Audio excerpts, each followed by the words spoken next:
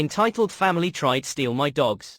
This happened when I was 12 years old and I thought I should share my story about a crazy family who tried to steal our dog, Gus.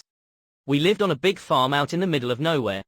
It was about 350 acres and we had a super long driveway. You could hardly see the house from the main road, so people often saw our dogs out running around and thought they were lost. My parents didn't want to shoot animals unless they were a danger to us. They said the wildlife was here first. We should just try to respect them and be careful. Most of the time, the animals stayed away from us. But one year, a big black bear named Jacob broke into our grain shed. We also had elk that liked to eat our hay bales. And we had a problem with a big cougar. That cougar was really mean. He thought our llamas were easy snacks and he ended up eating all 9 of them. I was out in the pasture one day when I saw the cougar eating the last llama. It was a big, scary cat, and I was sure he would attack me. But our Pyrenees dog, Togo, ran between us. I knew I would have been in big trouble without Togo, because he was huge and powerful, and I'm pretty sure he scared the cougar away. Dad decided something had to be done about that cougar. He didn't want to shoot it, but he had to protect us. He called a dog breeder who raised coon hounds. The breeder explained that cougars usually don't mess with dogs. So my dad bought us a red-bone coon hound. We did a lot of research, because it was a big decision. We wanted to be sure we could handle a hound dog, but it was a perfect choice. Gus was a really smart and well-trained dog. He was flown in from Virginia all the way to Canada, and became a huge part of our family. Gus was a hound, so he had a great sense of smell and loved to roam around. Gus's wandering helped keep predators away and it made him popular with all of our neighbors. It's a good thing we had our huge property, because sometimes he would end up miles away. We'd have to take drives and go look for him, but he would always find his way back. Gus and Togo were the best of friends, and they watched over our whole farm together. Gus got along well with all the other dogs we had. We had our Pyrenees, Togo, another Pyrenees, named Buddy, a shepherd, and 2 Labradors. But most of the time they were spread out all over our property, playing or sleeping. I loved all of them, but Gus was my favorite. Life was pretty peaceful for a while, but our peace didn't last. Our peaceful farm life got turned upside down by a strange family, and let me tell you, they were about as entitled as it gets. One day, my brother and I were down by the creek. The dogs were all nearby, just kind of hanging around. A van drove up to the end of our driveway and stopped. Then we heard a noise. I ran back up towards the road to see what was happening. Our Pyrenees were gone. They were just a few yards away from the van, but we were too busy playing to notice. When I got to the driveway, I saw a man trying to force Gus into the van. I ran right up to them, yelling, "Hey, stop, that's our dog, he's not lost." His wife and kids were all huddled around Gus and they were petting him and saying how much they wanted him. The kids said they deserved Gus. They had their arms wrapped around him and started crying like they'd lost their best friend. The man was trying to get Gus into the van and I could tell they weren't going to give up. I tried to explain that Gus was ours and that they were wrong. I kept saying, "That's our dog. He's not lost," but they didn't believe me. I could tell by their faces and their tone of voice that they just weren't going to listen to reason. I had never seen anything like it. They thought they could just come on our property and take our dog. I stood there and tried to get him to understand. I said Gus belonged to us, and he wasn't lost. I told them it's our farm, our dogs. He was part of our family and we needed to get him home. But the kids just wouldn't stop crying and kept saying they deserved Gus. I knew then that we had a real problem on our hands. The woman saw I was scared and wanted to try to be more pleasant. She said, "Honey, come closer. You don't need to shout." I declined and said, "No, you guys are wrong. He's ours. Please, let him go." That made the woman mad. She started talking down to me and said, "Your dad is just a farmer. This is going to be a fun day for us, darling. Gus is going to love being part of our family." I just kept repeating, "He is ours. You have to leave right now." I said it louder this time. Then, I could tell the man had had enough. He turned towards me, looked me straight in the eyes, and said, "Get out of the way or you will regret this." At this point, the man started trying to grab Gus again. I really couldn't stand it anymore. I said, "My dad's going to call the cops if you don't get out of here right now." I looked up at the sky and wished my parents would come back soon. My dad had told me that if this happened, I should get back into the house and stay there. This wasn't working. The man gave a little grunt. Gus was terrified and was trying to jump into my arms to get away from him. He bit the man's hand, just a quick little nip, like he was just warning the man to back off. I was afraid the man would start yelling at Gus, but he just backed off for a second. I didn't even see the blood, but I was glad Gus did it. Gus ran over to me, and I was able to grab his leash. But the man was furious. He kept shouting at me, saying he was going to teach that Red BTR'd a lesson and said I should be ashamed of myself for treating Gus so poorly. He was right in my face and I knew I needed to protect Gus. I knew the man was going to try to grab him again. I turned towards Gus and wrapped my arms around him, so that the man wouldn't get close. I said, I'm going to go to the house now. My dad will take care of everything, I promise. You need to get out of here. Then I grabbed Gus and tried to get away. I saw Togo was back with me. He was watching the man and his family with fierce eyes. Togo saw the man looking at Gus, and he was growling, showing his teeth. He wasn't barking, but I could hear his low growl and I knew it meant trouble.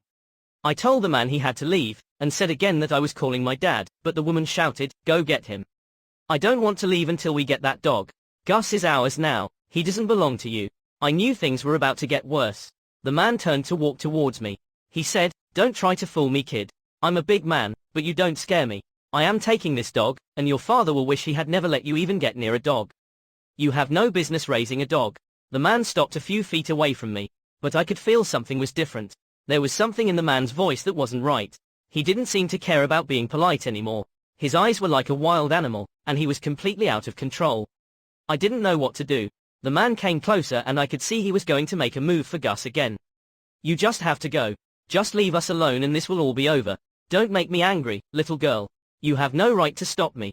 I'm going to put that stupid dog in the car right now and nobody will ever hear from you again. You won't get away with this, I whispered. The woman was getting excited. I think she was enjoying the drama. I know it's wrong to say that, but this was our farm. They didn't have any right to just come on our property and do this. Togo was at the edge of control and I could see that he was getting really mad. He started jumping in front of me and tried to lunge at the man. He was growling like a monster and I was scared for everyone, including the kids. I think he was about to attack the man because he kept pushing him. I didn't know what else to do, but I yelled, Togo. Don't. The man kept walking towards me and Gus. He tripped and stumbled and tried to grab Gus again, but Togo was right there and he latched onto the man's arm and started to shake his head violently. He dragged the man to the ground. I ran for my brother. He was still by the creek, and he was laughing with my cousins. I yelled, quick, run to the house. Grab my dad, tell him what's happening. Why? He asked. I need help. Run now, I shouted. The kids were now screaming and yelling. Gus is my friend. Gus is my best friend. Don't hurt my dog. I could tell that the woman was starting to get frightened, and I shouted, run to the house. Don't do anything stupid. I knew I needed to get the woman and the kids to the car before things got worse. I knew it was risky, but they weren't doing anything to help the situation. Get away from us, you crazy bee. I will call the police. This isn't a joke. I screamed as I backed away from the woman. But then Togo was on her and she jumped back into her van. I heard her screaming and trying to start the van. The man was still on the ground. He was yelling at me. Let go, I'm going to get your family. Then his face went white. He could barely speak because he was trying to get away from Togo. I ran towards my other dogs who were now gathering around. They were trying to figure out what was happening, but I could tell they were mad and confused, too. One of our dogs, my uncle's black Labrador, jumped at the man and grabbed him by his pant leg, ripping them. Don't, go, we don't want to hurt them. I yelled, but they don't deserve to get away with this. My brother was back at the creek. I was surprised, but I was happy to see him and told him to get my father and get Gus to safety. I was afraid that the man was going to hurt the dogs or that Togo was going to get into real trouble, but I was afraid he would grab Gus and take him. I turned back towards the man. I shouted at him, we're going to call the police. Just leave, this is all over. Togo wouldn't let the man go. The man was still on the ground. He started yelling that we should call the dog off. And he started to scream at my family saying he was going to have all of our dogs put down. He said that we would never be allowed to own another dog. The woman was getting out of the van, trying to get back into the fray, so I screamed, I mean it. Just go. If you hurt anyone, I'm going to call the police. I'll make sure that they take you to jail. And you'll never see Gus again. I'm going to make sure of it. Finally, Togo decided to let the man go. It took about 10 minutes before my dad came speeding down the driveway. My brother got Gus back and was close behind. I'm sure my brother was terrified. He didn't say much after he ran inside. It's all right, I got you, Dad said as he grabbed Gus from my brother. I grabbed Gus's leash from my brother and said, this man wanted to take Gus. My dad said, I saw everything. Those kids are the problem. Their parents were just letting them do whatever they wanted. I told you, if you saw them coming to the house you needed to run inside. They just came up and tried to take Gus. That's wrong. I'm going to talk to the cops about what you did. The man said, trying to sound like a victim. My wife and I just wanted to help the dogs. I knew you were going to lie. I told you not to move. Why didn't you stay on the ground? My dad shouted at the man. He pointed at my mom who was standing in the yard next to the van. "Hey, go get the other neighbors and tell them to get here in case the police try to give us a hard time." Dad called the police and told them he was going to press charges. He was angry and he was not going to back down. He got out his phone and pointed at the man and the van. I have a video of the whole thing. The woman, you, your kids, the van, and everything else.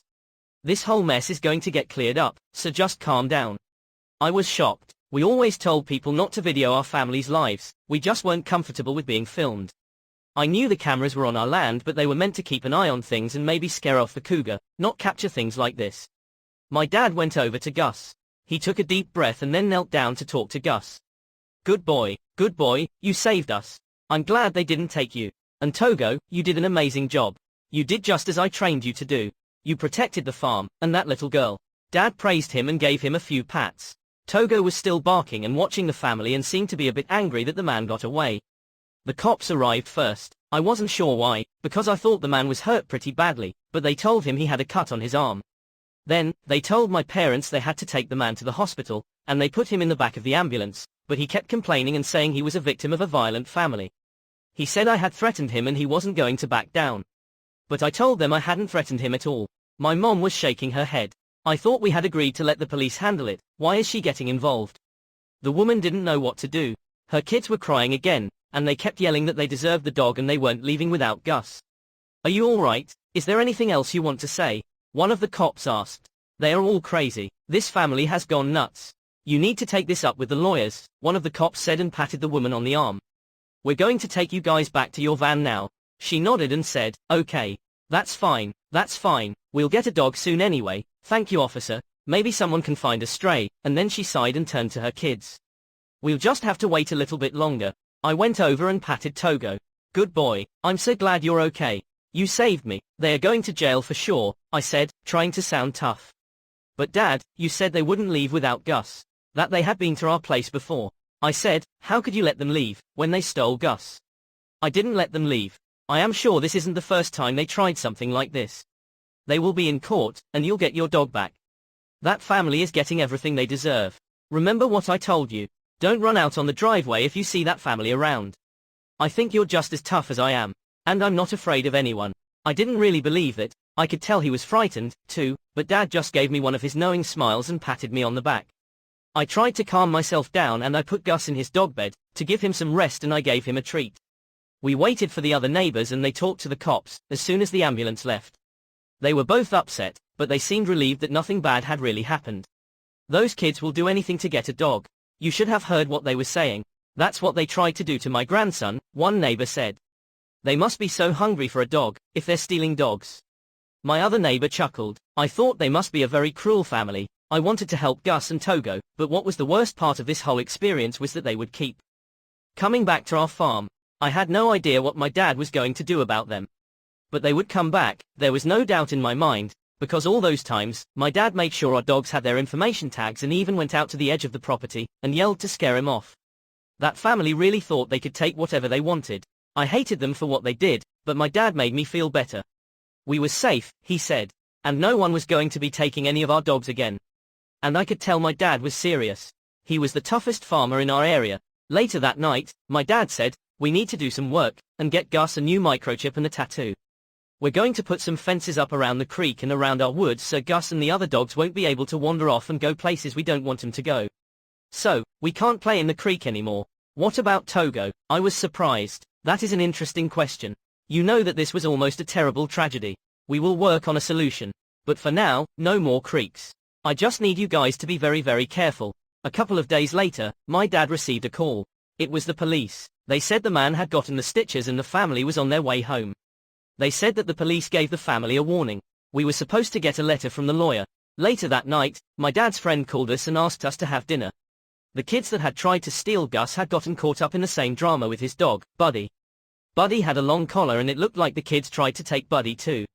My friend said the police talked to the family again, and told them they were not allowed on his property, they had to let him keep his dog, and they warned them that this was going to be their last warning, and next time they'd be in a lot more trouble. I felt terrible, because my dad and my friend were really worried. But I had a feeling they were both trying to make it seem like they had control. I was relieved that we hadn't been able to keep Gus from being taken that day, but the family got what they deserved. I thought, maybe the police would be able to do something about the situation. But in the meantime, I wanted to get everything in order just in case something else happened. I didn't think that we could count on the police, after all. They should be protecting us from people who were trying to steal our dogs. I would always be on guard when I saw that family again. I'd keep an eye on Gus and be careful from now on. I don't know how, but they were able to get a dog for their kids. I know I should be afraid of that family and watch out for them, but they really made me angry. How could they be so cruel? Didn't they understand that Gus was part of our family? I just hoped they would find a better way to be a family, and that this would teach them a good lesson. Gus and I made sure to have our cameras and everything set to keep an eye on things, and I know that my dad will keep an eye on the family. I would make sure Gus was never alone.